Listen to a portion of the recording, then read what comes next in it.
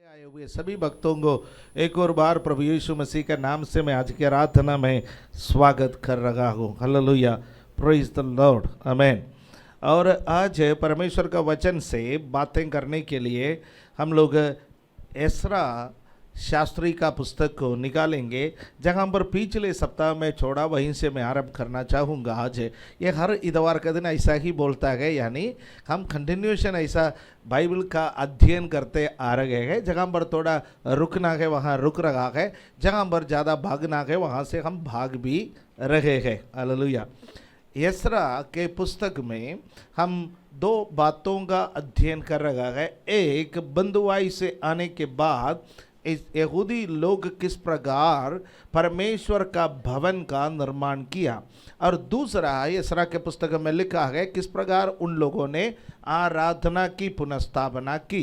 पिछले सप्ताह में हमने देखा है कि जो लोग वहाँ पर आए थे वे लोग कुछ समय वहाँ पर बसने के बाद परमेश्वर के भवन में आए। परमेश्वर के भवन जो राजा सुलेमान के द्वारा बनवाया गया था, उसके बाद उसको कई राजाओं ने मरम्मत की। उस भवन में आए जो भवन नबुकदनेस्सर के सेना के द्वारा डाह दिए गए, आग के हवाले किए गए, तोड़ दिए गए, उस भवन के स्थान पर आए हैं। तो खंडर ही खंडर वहाँ पर खड़े थे, और उन लोग यहोवा के उस वेदी जहाँ पर बलिदान चढ़ाया करता था, सबसे पहले उस वेदी का पुनर्निर्माण करके वहाँ पर आराधना की पुनर्स्थापना की या बलिदान की पुनर्स्थापना की। तो हमने देखा हर हाल में आराधना करना है। आपका परिस्थिति अच्छा हो, आपका परिस्थिति बुरा हो, आपको सुरक्षा मिल रहा हो या नहीं मिल रहा हो, आपको खाने को मिल रहा हो या नहीं मिल रहा हो, आपका परिस्थिति कुछ भी क्यों ना हो, आराधना को पहला स्थान देना है। ये पिछले इतवार के दिन के संदेश में हमने सीखा है। आज इस संदेश को थोड़ा सा आगे बढ़ाने की मेरी इच्छा है। हम तीसरा अध्याय का, हालेलुया, आज 8वां आयत से आगे को देखेंगे। तीसरा अध्याय का 7वां आयत तक हमने पिछले इतवार का दिन को देखा था। आज 8वां आयत से देखेंगे। जब 8वां आयत से उसका 13वां आयत तक पढ़ने का समय, वहाँ पर परमेश्वर के भवन का नींव डालने का काम आरंभ किया है। परमेश्वर का भवन के नींव डालने का काम, दो काम एक साथ चलता रहा।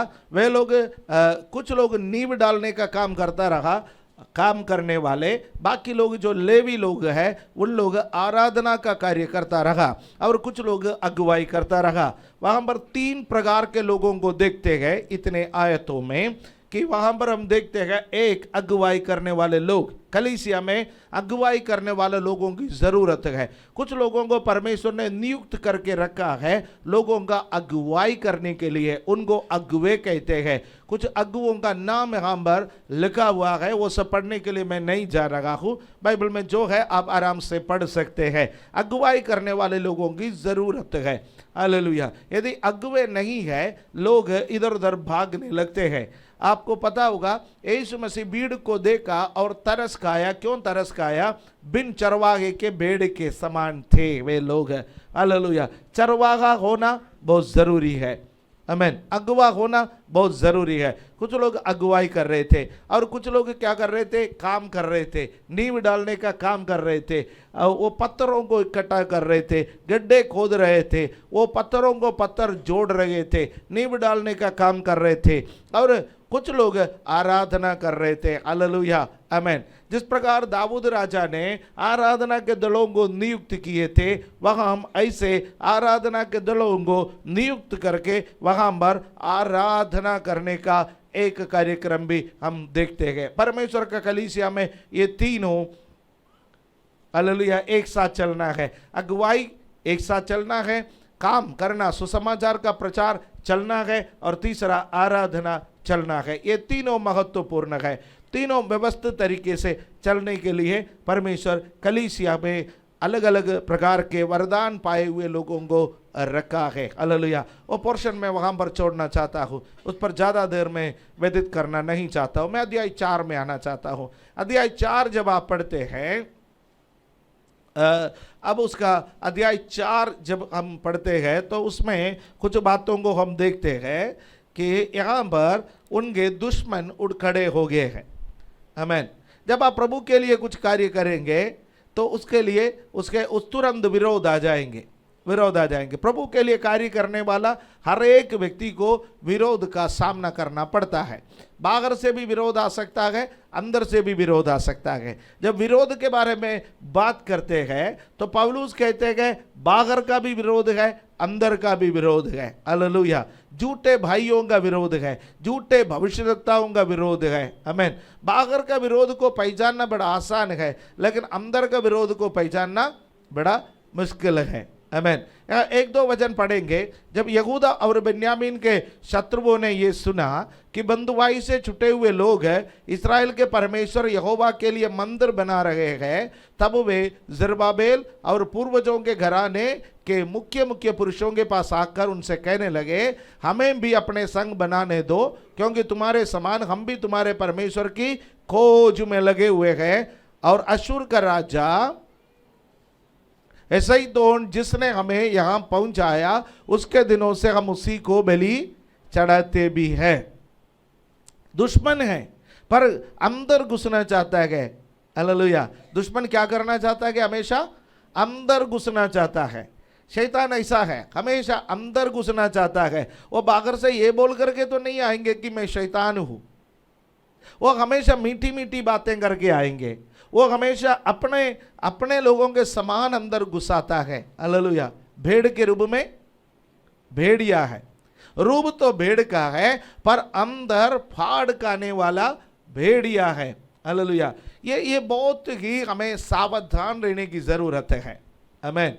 यहाँ दुश्मनों ने सुना, दुश्मनों ने देखा, किसका? यहूदा और बेन्यामीन का दुश्मनों ने देखा कि वे लोग वापस आ गए हैं, उनको आज़ादी मिल गया है, वो परमेश्वर का भवन बनाने के लिए आए हैं। अंदर से उन्हें कमजोर करने के लिए उन्होंने एक योजना बनाया। अंदर से कमजोर करने के लिए योजना क्या है? इन्हीं के अंदर घुस जाओ। हालेलुया। आमीन। कलीसिया एक समय जब लोग विश्वास में आधे, जिन जिन बातों को कलीसिया से बाहर निकाल दिया, आज वो सारे बातें कलीसिया के अंदर पाए जाते हैं।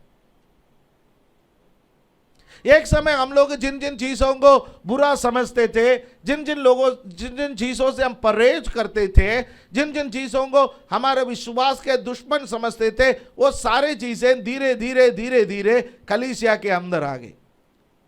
संसार के साथ यदि दोस्ती करने के लिए जाओगे, संसार आपको डुबा देंगे। हालेलुया। इसलिए परमेश्वर का वचन में एक सिद्धांत है, वो कहता है कि अलग रहो, अलग रहो, उनका बीच में से अलग रहो, उनको अपना बीच में घुसने मत दो। हालेलुया।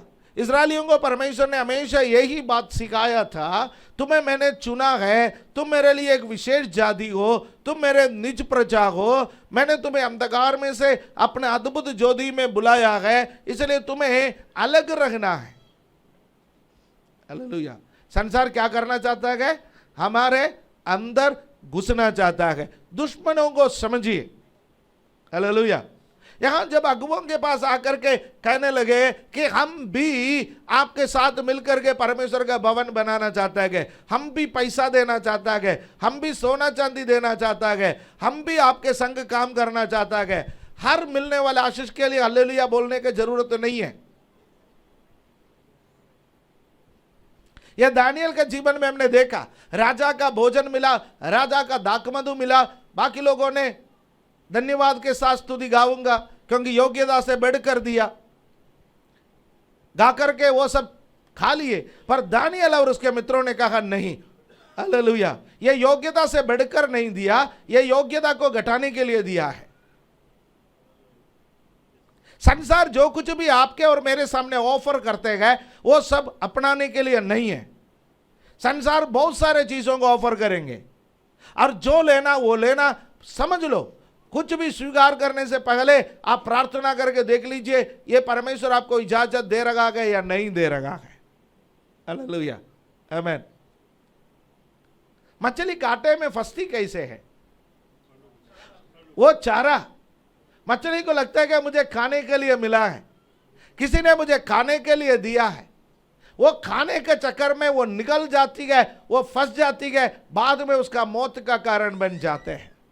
शैतान ऐसा है, आपको चारे में फंसाना चाहता है, आपको जाल में फंसाना चाहता है, आपको और मुझे डुबाना चाहता है। इस बात को ध्यान रखिए। हालेलुया, आमीन।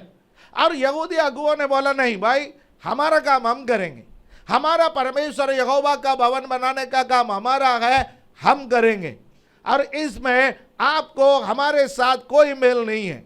आप अपना काम करो, हम अपना काम करेंगे। हालेलुया। आत्मिक लोगों, शारीरिक बातों को और आत्मिक बातों को मिक्स मत कीजिए। हालेलुया, आमीन। आपको विरोध का सामना करना पड़ेगा। यहां पर विरोध बढ़ गया है, विरोध बढ़ गया। हालेलुया। जब उन लोगों को साथ नहीं लिया, उन लोगों ने क्या सोचा, हम अंदर घुसेंगे, अंदर आकर के नकारात्मक बातें कहेंगे, अंदर आके इनको निरुत्साहित करेंगे, अंदर आकर विरोध की बातें करेंगे, कमिटी में बैठ करके झगड़ा करवाएंगे। अंदर आने से क्या फायदा है? कमिटी में आएंगे, मंदिर निर्माण समिति, मंदिर निर्माण समिति में आएंगे, परमेश्वर का भवन के निर्माण समिति में आएंगे। जब पैसे के बात आएंगे झगड़ा कराएंगे, जब निर्माण का बात आएंगे झगड़ा कराएंगे। शैतान कलीसिया के अंदर लोगों को प्लान करके रखा है, हर कलीसिया में। इन बातों को हमें समझना है। हालेलुया। हम झगड़ा नहीं कर सकते, हम लड़ाई नहीं कर सकते, पर ध्यान रखना है हमें कि कहां कहां से शैतान के लोग कलीसिया के अंदर घुस आया है। आज मसीहत का सबसे बड़ा दुश्मन कौन है, आपको मालूम है? मसीहत के सबसे बड़ा दुश्मन मसीहत के अंदर के लोग हैं, जो वचन नहीं सिखाते। आज मसीहत का सबसे बड़ा दुश्मन परमेश्वर का वचन से लोगों को दूर ले जाने के लिए भविष्यवाणी करने वाले लोग हैं। इनको मालूम था ऐसे लोग आएंगे, इसलिए उन्होंने बोला हमारे अंदर घुसने का कोई जरूरत नहीं है। तुम्हें प्रचार करना बाहर प्रचार करो, तुम्हें निर्माण करना बाहर निर्माण करो, तुम्हें कुछ करना है तो बाहर जाकर करो। यरूशलेम के अंदर मत आना, कलीसिया के अंदर मत आना, सेवकाई के अंदर मत आना। यह सेवा परमेश्वर ने हमें सौंपा, हम करेंगे। हालेलुया। हमें तुम्हारा पैसे की जरूरत नहीं है, हमें तुम्हारा सलाह की जरूरत नहीं है। उन्होंने उनको वहीं से चुपचाप भगा दिए, चुपचाप चले गए। हालेलुया, आमीन। फिर इन लोग क्या है, इन लोग राजा को चिट्ठी लिखा, स्टे ऑर्डर लेके आए, स्टे ऑर्डर लेके आए। ये स्टे ऑर्डर वेकेट होने में 14 वर्ष का समय लगा। मैं शॉर्टकट में बोला, आज का भाषा में बोला। राजा को चिट्ठी लिखा, यरूशलेम शहर का इतिहास ढूंढ लीजिए, यह हमेशा झगड़ा का स्थान रहा, आज भी। यहां पर बड़े बड़े राजाएं रहे, वो आसपास का देशों को अपने कब्जे में लेके रखे थे, ताकतवर थे, और ये नगर बनाने के लिए आप इजाजत देंगे, ये भवन बनाने का इजाजत देंगे, कल ये लोग ताकतवर हो जाएंगे, आपसे बलवा करेंगे, आपको जो टैक्स देना है वो नहीं देंगे, इसलिए काम को रोक दिया जाए। स्टे ऑर्डर मिल गया। 14 से लेकर के 18 वर्ष तक का समय परमेश्वर का भवन का निर्माण नहीं चला। तब परमेश्वर ने 2 भविष्यद्वक्ताओं को इनके बीच में भेजा, और एक हग्गई और दूसरा जकरिया। आप मेरे साथ जकरिया के भविष्यवाणी में आ जाइए। वहां पर जकरिया का भविष्यवाणी में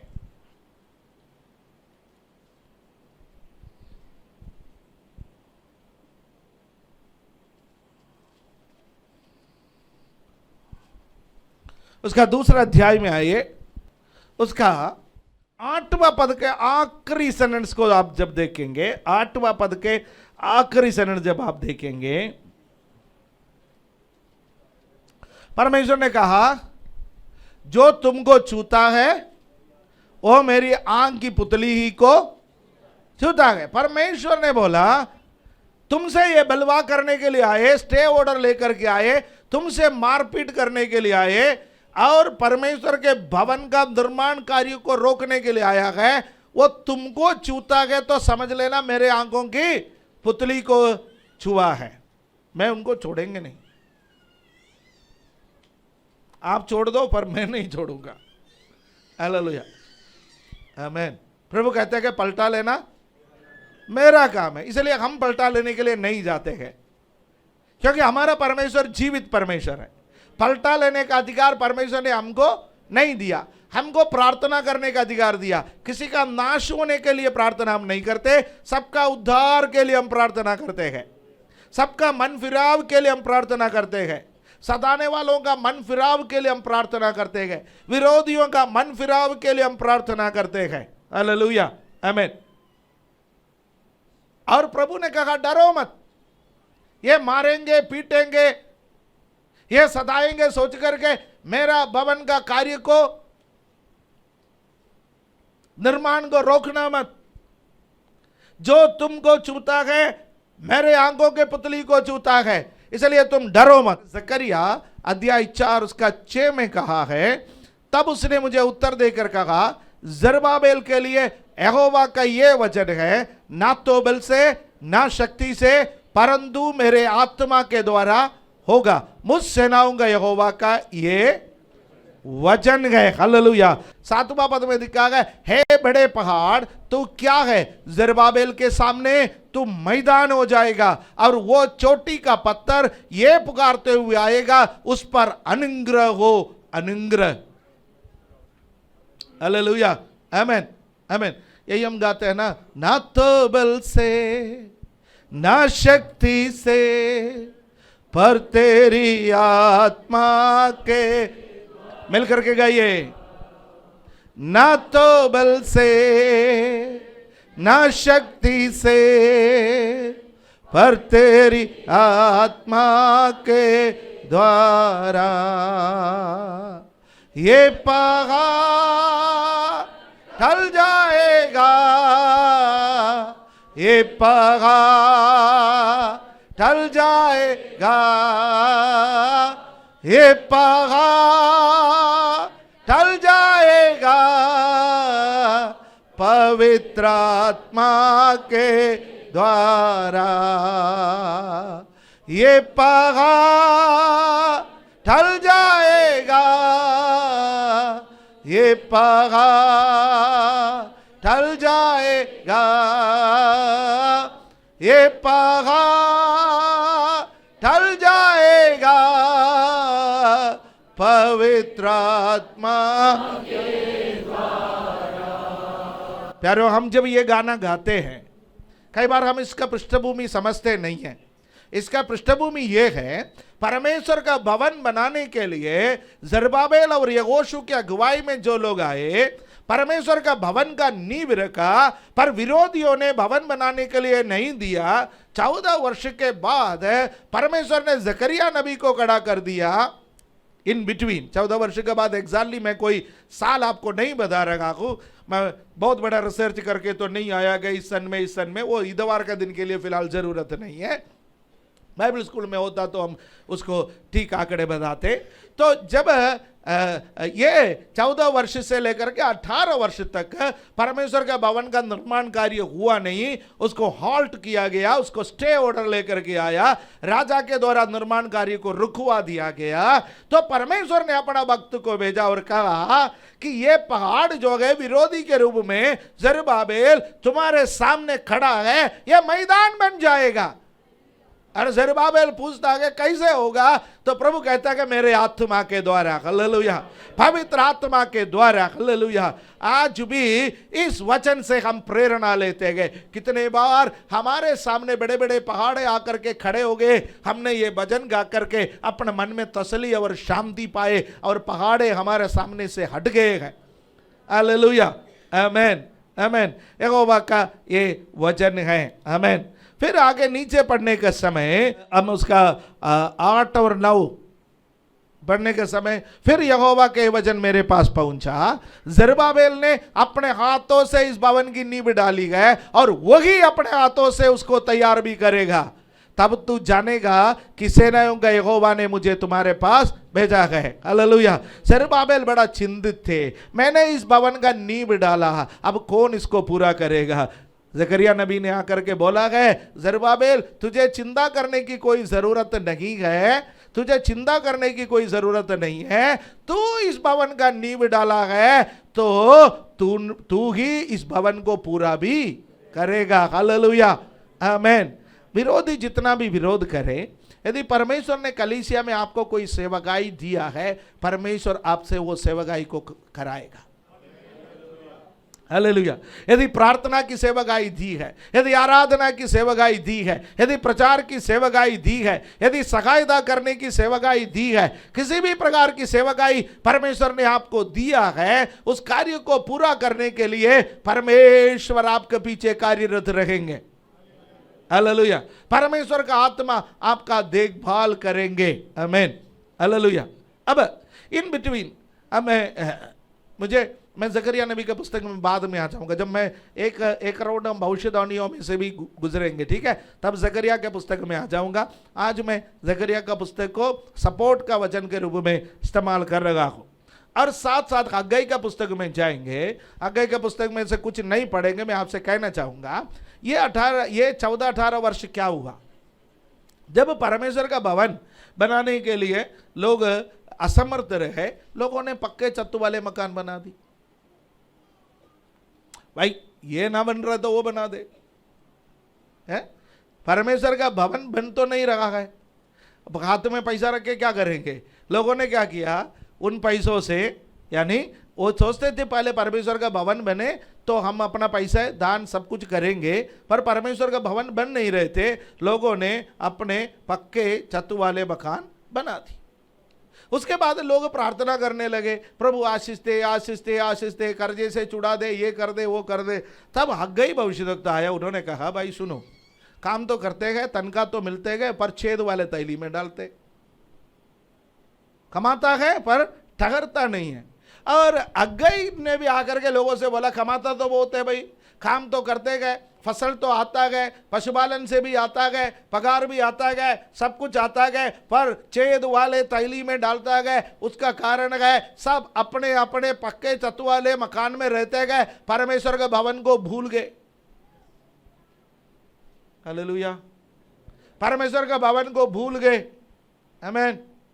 परमेश्वर का भवन सबसे सुंदर होना चाहिए, परमेश्वर का भवन सबसे मजबूत होना चाहिए, परमेश्वर का भवन सबसे उत्तम होना चाहिए, पर तुम लोगों ने परमेश्वर का भवन को भूल गए। जब परमेश्वर का भवन को तुम भूले गए, तुम पर भारी श्राप पड़ा है। पहले परमेश्वर का भवन का निर्माण का कार्य लगो। और हग्गाई और जकरिया दोनों आकर के ऐसा भविष्यवाणियां की, लोगों में फिर से उत्साह आया, लोगों में फिर से उत्साह आया। हालेलुया। लोगों में फिर से उत्साह आकर के लोग परमेश्वर के भवन के कार्य को आगे बढ़ाया है। हालेलुया। परमेश्वर के भवन का कार्य को करने लगा है। हालेलुया, आमीन। अब इस्रा के पुस्तक छठा अध्याय का 13वां पद से पढ़ेंगे। बड़ा अच्छा लगेगा क्योंकि मैंने जो बोला है उसका पृष्ठभूमि वहां पर पढ़ा के 13वां पद से, ठीक है, पढ़ेंगे। तब महानद के इस पार के अधिपति तत्तई ने और शतबर्जोज ने और उनके सहयोगियों ने दारा राजा के चिट्ठी भेजने के कारण उसी के अनुसार फुर्ती से काम किया। तब यहूदी पुरनिये हग्गाई नबी और इद्दो के पोते जकरिया के नबूवत करने से मंदिर को बनाते रहे और सफल भी हुए, और उन्होंने इज़राइल के परमेश्वर की आज्ञा के अनुसार और फारस के राजा खुसरू, दारा और अर्थशस्त्र की आज्ञाओं के अनुसार बनाते बनाते उसे पूरा कर लिया। 2 भविष्यद्वक्ताओं का नाम आया, 3 राजाओं का नाम आया। देखिए यहाँ पर हग्गाई नबी का भी नाम आया, जकरिया नबी का नाम भी आया। भवन का निर्माण कार्य के समय पर ये दोनों भविष्यद्वक्ताओं ने भविष्यवाणी करते रहे। भविष्यद्वक्ताओं का काम क्या है? भविष्यद्वक्ताओं का काम यह नहीं है कि आपका आपका आपका व्यक्तिगत आशीष कब आएंगे ये बोलना, वीसा कब मिलेंगे ये बोलना नहीं है। बच्चों को कितना प्रतिशत मार्क मिलेंगे ये बोलना नहीं है। बच्चों का शादी कौन सी वर्ष में हो जाएंगे ये बोलना नहीं है। कौन सी रंग की गाड़ी खरीदना ये बोलना नहीं है। कौन सी ब्रांड के गाड़ी खरीदना ये बोलना नहीं है। ये सब भविष्यवक्ता का काम नहीं है। मैं किसी प्रार्थना करने वाले के खिलाफ नहीं हूं, फ्री में जो सेवा करने वालों के खिलाफ नहीं हूं। हालेलुया। सेवकाई में सेवा करने वाले उत्तम उत्तम परमेश्वर के दास दासियां इस देश में हैं। अच्छे संदेश देने वाले परमेश्वर के दास दासियां हैं। हालेलुया, आमीन। मैं उनके पक्ष में। हालेलुया, आमीन। भविष्यवक्ता का काम है जहां कमी आएगा उसको बताना है। भविष्यवक्ता का काम है उंगली उठाना, आपने गलती की। नादान जैसा भविष्यवक्ता जो राजा दाऊद के पास आकर के कहने की हिम्मत रखते थे, वो मनुष्य तू है।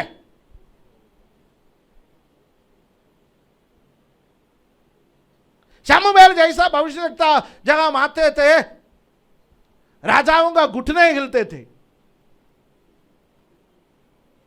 क्योंकि कहीं ये भविष्यवक्ता हमारा गलती तो ना बोले। एलिशा जैसा भविष्यवक्ता रहते थे जो किसी का मुख देखे बिना बात करते थे। भविष्यवक्ता का काम है कलीसिया में शुद्धिकरण लाना। भविष्यवक्ता का काम है लोगों को विश्वास में मजबूत करना। भविष्यवक्ता का काम है कलीसिया के लोगों को सेवकाई में बढ़ाना। राइट। यहां पर जकरिया का भविष्यवाणी, हग्गाई का भविष्यवाणी। हग्गाई ने लोगों को बोला, भाई आप गलत कर रहे हो, परमेश्वर का भवन खंडर में पड़ा है, छत वाले मकान क्यों बनाया?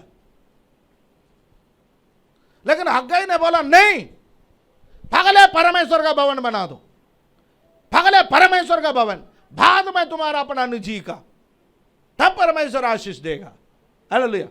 पगले परमेश्वर का राज्य और उसके धर्म की खोज करो, ये सब वस्तुएं तुम्हें मिल जाएगी। इस वस्तुओं के पीछे भागने की जरूरत नहीं है। निश्चय भलाई और करुणा जीवन भर मेरे पीछे पीछे चलते रहेंगे। हालेलुया। मेरे पीछे भी चलते, मेरे संग संग बनी रहेगी। लेकिन इंग्लिश में लिखा है goodness and mercy will follow me. मेरे पीछे पीछे है। जब मैं प्रभु के पीछे गए तो बाकी सब मेरे पीछे आएंगे। आना पड़ेगा, आना पड़ेगा। हालेलुया। पतरस, तुम्हारे नाव में यीशु बैठा गए, मछलियां तुम्हारा नाव के पीछे गए, मुझे पकड़ो, मुझे पकड़ो, मुझे पकड़ो।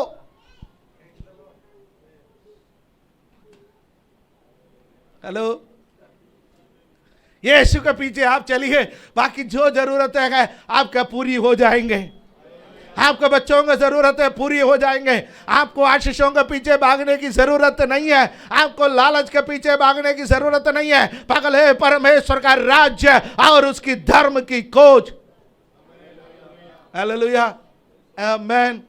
यहां 3 राजा का नाम आया। 3 राजाओं के समय पर राजा खुसरू ने आदेश दिया, राजा दारा के समय और अर्थ क्षेत्र राजा, 3 राजाओं की आज्ञा, 3 राजाओं की आज्ञा। एक राजा ने आजादी दी, स्टे ऑर्डर ले लिया। दूसरा राजा ने भी काम करने के लिए कहा, फिर स्टे ऑर्डर ले लिया। तीसरा राजा के समय पर जाकर के परमेश्वर का राज्य का परमेश्वर का भवन का निर्माण कार्य पूरा हुआ है। 15वां पद में क्या लिखा है? इस प्रकार वो भवन राजा दारा के राज्य के 6वें वर्ष में अदार महीने के 3रे दिन को बनकर समाप्त हुआ। 16वां पद, इसराइली अर्थात याजक, लेवी और जितने बंधुआई से आए थे उन्होंने परमेश्वर के उस भवन की प्रतिष्ठा उत्सव के साथ की।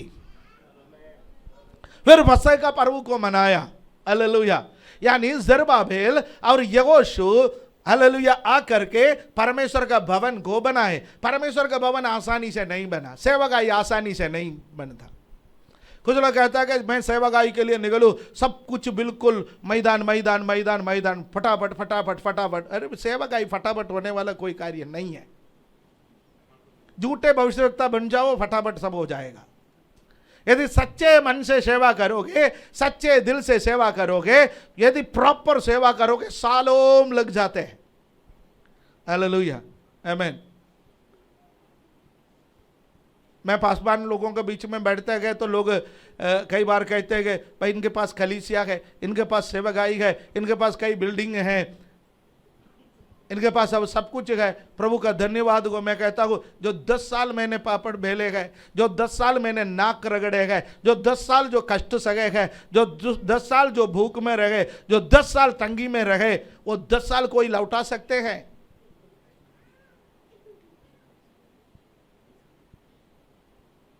वो 10 साल में यदि छोड़ दिया होता तो क्या होता? कितने बार मन किया छोड़ के चले जाओ, कितने बार मन किया प्रभु कब आशीष देगा, कितने बार मन किया प्रभु कब मेरे जीवन में आशीष देखने को मिलेगा, कितने बार मन किया, लेकिन यदि छोड़ दिया होता तो आज आशीषों को नहीं देख पाते। मेरे प्यारो, सेवकाई में कष्ट उठाना पड़ता है, सेवकाई में तकलीफ उठाना पड़ता है, सेवकाई में भूख सहना पड़ेगा, सेवकाई में हालेलुया मनमाने ढंग से हम जीवन नहीं बिता पाएंगे। जो खाना चाहता है वो नहीं खाने को मिलेगा, जो पहनना चाहता है वो पहनने को नहीं मिलेगा, जगह घूमना चाहता है वहां घूमने को जा नहीं पाएंगे। हालेलुया, जब आपका जेब खाली रहता है तब भी हंसते रहना पड़ेगा, सबके सामने hallelujah hallelujah praise the Lord बोलते रहना पड़ेगा। पर यदि प्रभु के पीछे चलते रहोगे, प्रभु आशीष देने का एक दिन है। आजकल बहुत जल्दी चाहिए हमको, हम फास्ट फूड के जमाने में आ गया है, बहुत जल्दी चाहिए। सेवकाई जल्दी होने वाला कोई चीज है नहीं है। विरोध का सामना करना पड़ता है, शैतान अंदर से भी बाहर से भी विरोधियों को खड़ा करेगा, पर हमें क्या करना पड़ेगा? सब चीजों का सामना करें। अब नया नियम में आ जाइए। नया नियम में पुराना नियम का कलीसिया का निर्माण को देख लिया, अब नया नियम का कलीसिया का निर्माण के लिए पहला कुरिन्थी 3 अध्याय उसका 16वां और 17वां पद को, hallelujah praise the Lord. Okay, मिलकर के पढ़े।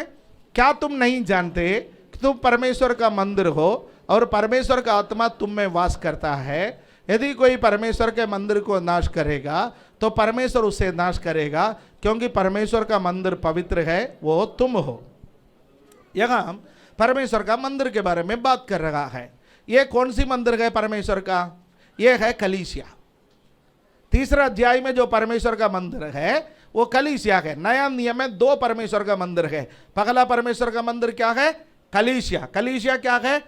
संसार से बुलाकर अलग किए हुए लोगों का समूह, झुंड, उसको कलीसिया कहते हैं। और उसको हालेलुया यूनानी भाषा में एक्लीसिया, यूनानी भाषा में क्या कहते हैं? एक्लीसिया। हमारा हिंदी यूनानी भाषा से कितना मेल खाता है? एक्लीसिया से क्या बना? चर्च बना। एक्लीसिया से क्या बना? कलीसिया बना। कलीसिया है अंग्रेजी में चर्च, बहुत दूर के भाषा है वो, है ना। यूनानी भाषा है बहुत एक्लीसिया, यानी एक्लीसिया, और हिंदी में हम क्या बोलते हैं? कलीसिया। हालेलुया आमेन, है ना। कलीसिया संसार से बुलाकर अलग किए हुए लोगों का झुंड। और ये परमेश्वर का मंदिर है कलीसिया। और वचन में लिखा है, क्या तुम नहीं जानते कि तुम परमेश्वर का मंदिर हो और परमेश्वर का आत्मा तुम में वास करता है?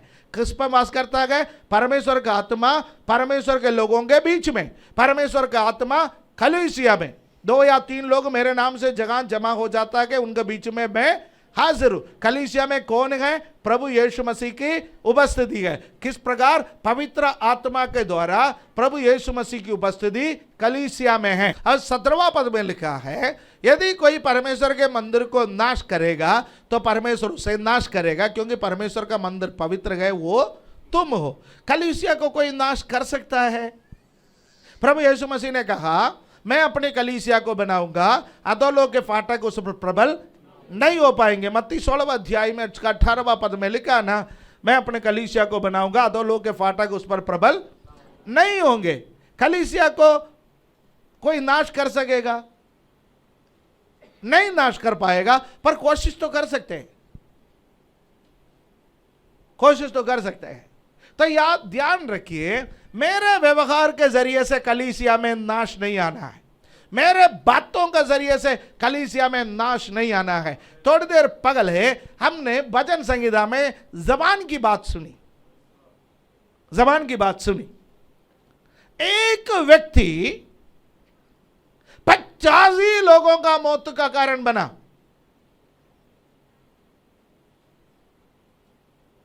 एक व्यक्ति 85 लोगों का मौत का कारण बना, उसका कारण क्या रहा?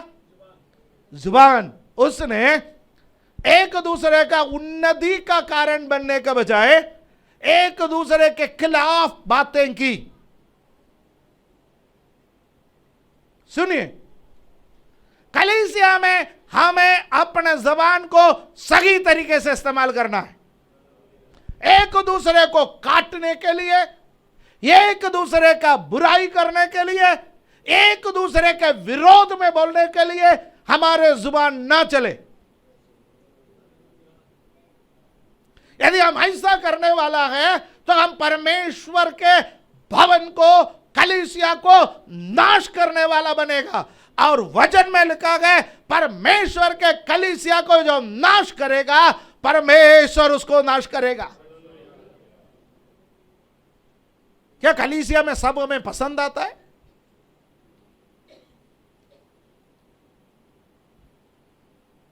मैं इम्मानुएल पास्टर और अनिल ब्रदर एक साथ इसलिए चलता है, क्या हमें एक दूसरे का हर चीज पसंद है? नहीं, नहीं। कई बार हमें एक दूसरे का बातचीत पसंद नहीं आता, फिर भी साथ चलता है। एक दूसरे का पहनावा पसंद नहीं आता, फिर भी साथ चलता है। एक दूसरे का बातचीत करने का तरीका पसंद नहीं आता, फिर भी साथ चलते हैं। मैं एक उदाहरण बोल रहा हूं। क्या इन लोग मेरे साथ इसलिए चलता है मेरे सारे बातें उनको पसंद आता है? ऐसा तो संभव नहीं है।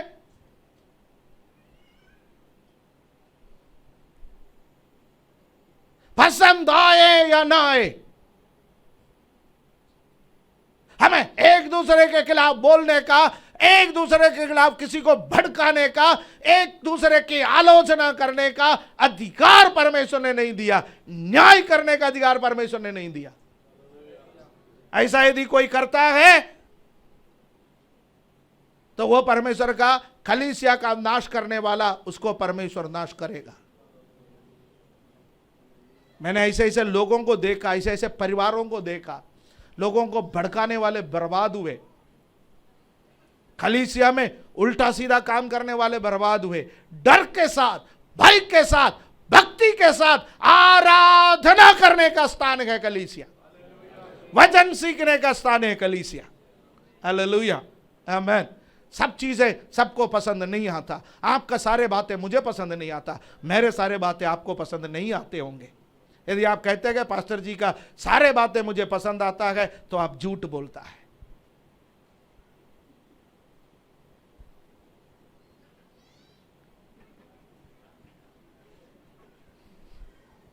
मैंने तो पहले बोल दिया, आपका सारे बातें मुझे पसंद नहीं आता।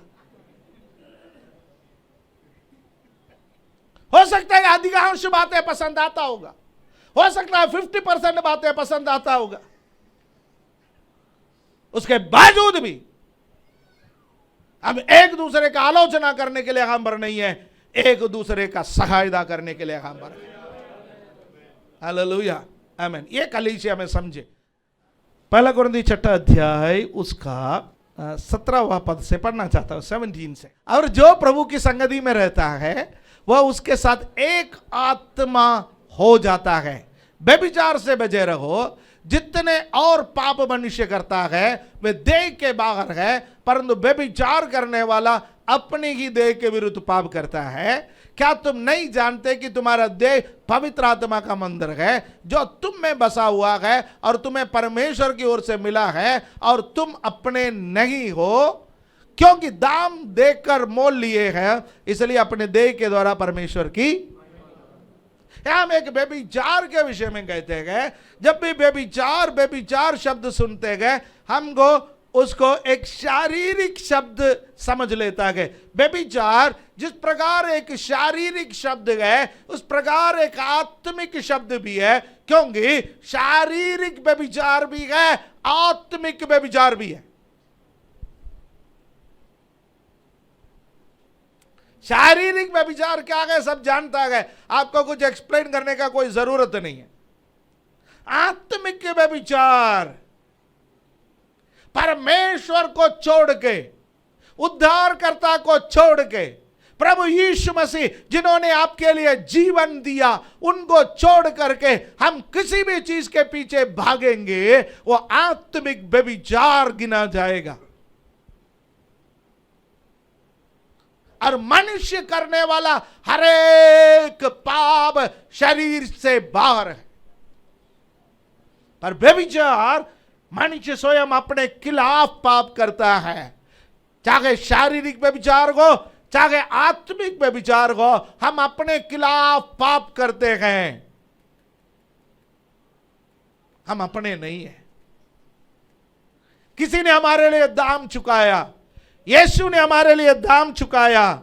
हम अपने नहीं हैं, हम किसके हैं? यीशु के हैं, यीशु के हैं। हालेलुया।